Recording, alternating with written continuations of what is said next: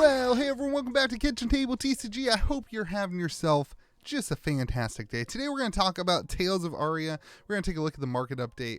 We're going to take a look at what's going on with booster box prices. We're going to take a look at the singles market, which is a little soft this week. We're going to talk about Tales of Aria a little bit. Hope you're having a good day. Let's hop in here. If you want access to all this stuff as well as a discount code, where are my buttons? If you want access to all this stuff as well as a discount code to minmaxgamesfab.com, you can head over to patreon.com/KitchenTableTCG. Get you access to that Minmax Games 5% off coupon all the time. Then you also get access to a collection tracker, which is a great way to track the value of your collection in real time. Anytime I do a video like this, it gets updated. So Everfest prices got updated yesterday. And now we've got, what set is this? Tales of Aria being updated today. So those prices will be updated and reflected in your collection tracker. All right, let's hop in and talk about Tales of Aria. We'll start with first edition. I know what you were thinking this week. You were like, Louie, booster box prices on TCG Player are starting to go up. We've had a soft market for Tales of Aria. If you take it and spread it out, we started out way up here and it's been soft, but they're starting to tick up a little bit. If you take a look at the last 3 months, we're starting to tick up just a little bit. We're at $90 a box now. That's great. Well, don't worry. Channel Fireball and Card Shop Live decided to put up a bunch more boxes for you at $77 or $79. So they apparently don't care at all about the price moving at all for first edition. So if you're looking for boxes, you can get them. I don't know. Don't do it, but that's it. I don't want to advertise them, but that's the box price now. We were steady, and then they came in to just throw the boxes into the, to devalue it. So here we go. Looking at Corsham then. Corsham is at 1%, sitting at 303. Looking at your legendaries, we're down 6%. This doesn't surprise me much. I think, again, a lot of people, I've said this for a couple weeks now, a lot of people are building out their, had been building out their classic constructed decks that kind of put the market, you saw at the beginning of ProQuest season, we saw some increases across the board, but now we're seeing some people maybe sell off that deck as they prepare for the next season or forever, whatever's next for Flesh and Blood in their gameplay. So a little bit of softness here. Doesn't surprise me at all. Looking at cold foils, we're also down kind of across the board. No real huge Winter's Whale being down tells me a lot of people maybe think Bravo is going to get a banner restricted thing on April 5th. So they're, getting rid of their cards and getting ready to build another deck. That's my guess of what's happening here based on the market. We're seeing some softness in some of those cards that were pumping a couple weeks ago. So all in all, your average cold foil is sitting at $17 with your average common. I think those are flipped with your, those got flipped somehow. I don't know. Yeah, they got flipped. So it's your average common should be $6. Your average majestic is at $20. Looking at your extended art rainbow foils here, you're at $176 for your Channel Lake Frigid. No real changes there. And then your majestic rainbow foils, pretty soft here. Yeah, you can see them. Pretty soft, kind of across the board. We're down 13% for these rainbow foil majestics. You've got some like Flicker Wisp doesn't really count. That's up 72%, but it's a 50-cent card. So kind of across the board, a lot of downwards ticking. Your most expensive card being Channel Lake Frigid and Blizzard, which is down 2% and 19%.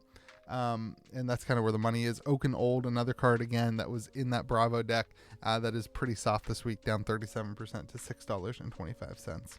Looking at your regular majestics, you're at 2%. This is across the board, has been up the last couple weeks. Average price is just $2.42. So no huge changes here. Let me add you the column so you can see that. Your Pulse of Volthaven is at $11. Your Channel Lake Frigid is at $12.50, and no major shifts or anything like that other than that. We'll skip the rare. I guess we'll throw you the rares. Rares on average are at down 3 cents at an average of 50 cents. All right, let's get to our EV calculation here for you. We are sitting at, so if you bought a box, even if you did get the, the Channel Card Shop Live, I don't know, they were pre-ordering boxes at $120. Like, why do they still have allocation? It's ridiculous. Anyway, we've got this market stuff, right? So if you're able to get boxes at that price, you're still almost losing money, to be honest. So like after you pay fees and shipping or whatever, it's still not worth it to open up first edition Tales of Aria, in my opinion. You're going to get the Corsham if you open 40 boxes. on average, you're still losing money. So if you just open up a case and you get your typical legendaries, you're going to set it at $75 a box. And if you just open up one box and you hit a cold foil common, you're going to sit at $41 per box with that cold foil common. So yeah, I don't know, no huge major shifts, but the market's just not really moving on this stuff very much, and it doesn't help when you have boxes added to. This is the same thing that happened with Monarch.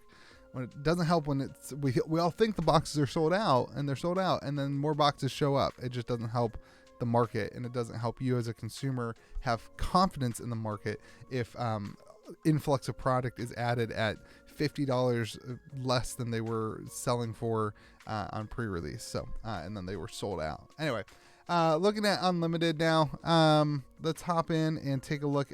Box prices on TCG Player sitting about $62. Of course, this is much lower than map, but that apparently just doesn't really do anything anymore. So much lower than map. We're sitting at $62. Let's see, is it worth it to open a $62 box? You're sitting at $165 for Corsham. That's up 10%. The legendaries down 6% to 140. Again, the same thing's happening here in my opinion. People built their decks, and now you don't need those decks anymore. You're getting ready for the next season. The next banned and restricted announcement's coming, so you're gearing up for that. Looking at the Majestic Rainbow Foils, we're down 3% across the board here. Your more expensive one, Blink, is actually up 25% to $5. Your most expensive ones are kind of sitting flat. Channel Lake Frigid's at 2%, Blizzard's at 0%. The rest of them, not a ton of value. Voltaire, again, flat at 13. Winter's Whale, again, another card from that Bravo deck that is down as a result of, I think, people anticipating a ban announcement. Oak and Old, the same thing. So, looking at Majestics here, Force of Nature way up at 75 cents, though, so not a whole lot to talk about. That was a 10-cent card a couple weeks ago. A lot of ups and downs here. Pulse of Eisenloft up 25%, up to $5. Your average price, though, just at up 2%. Again, this is 3 weeks in a row of upticks, which is a good sign. But your average price here is just at $2.40. And some of these, there's just not a huge change. Like, there's just not a lot. There's a lot of this product, and the average, you're really, if you don't hit a Winter's Whale, Pulse of Volthaven, Pulse of Eisenloft, Channel Lake Frigid, or Blizzard, or Terra Sunder, your entire Majestic pulls are bulk. They're under $2. So that's an interesting layer of this too, where a lot of those are kind of spiky, and your average price is $2.40, even with those expensive ones.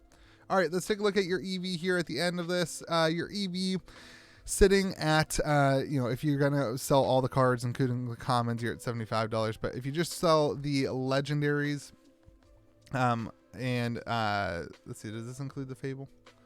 This does not include the Fable for some reason. If you just include the legendaries and Fable, you're sitting at $71 about, with just the legendaries. Is this one just the Fable? All right, sorry. Yeah. So if you're going to be able to open 40 boxes, this is your 40 box. I don't know why it's set up this way. If you got your 40 box average, you're sitting at $75. If you just do a case, you're sitting at $67. And then without that, you're $29 if you don't hit a legendary. So like that box EV, even at $75, if you're buying a box for $62, it's not bad. That's not bad if you open up 40 boxes.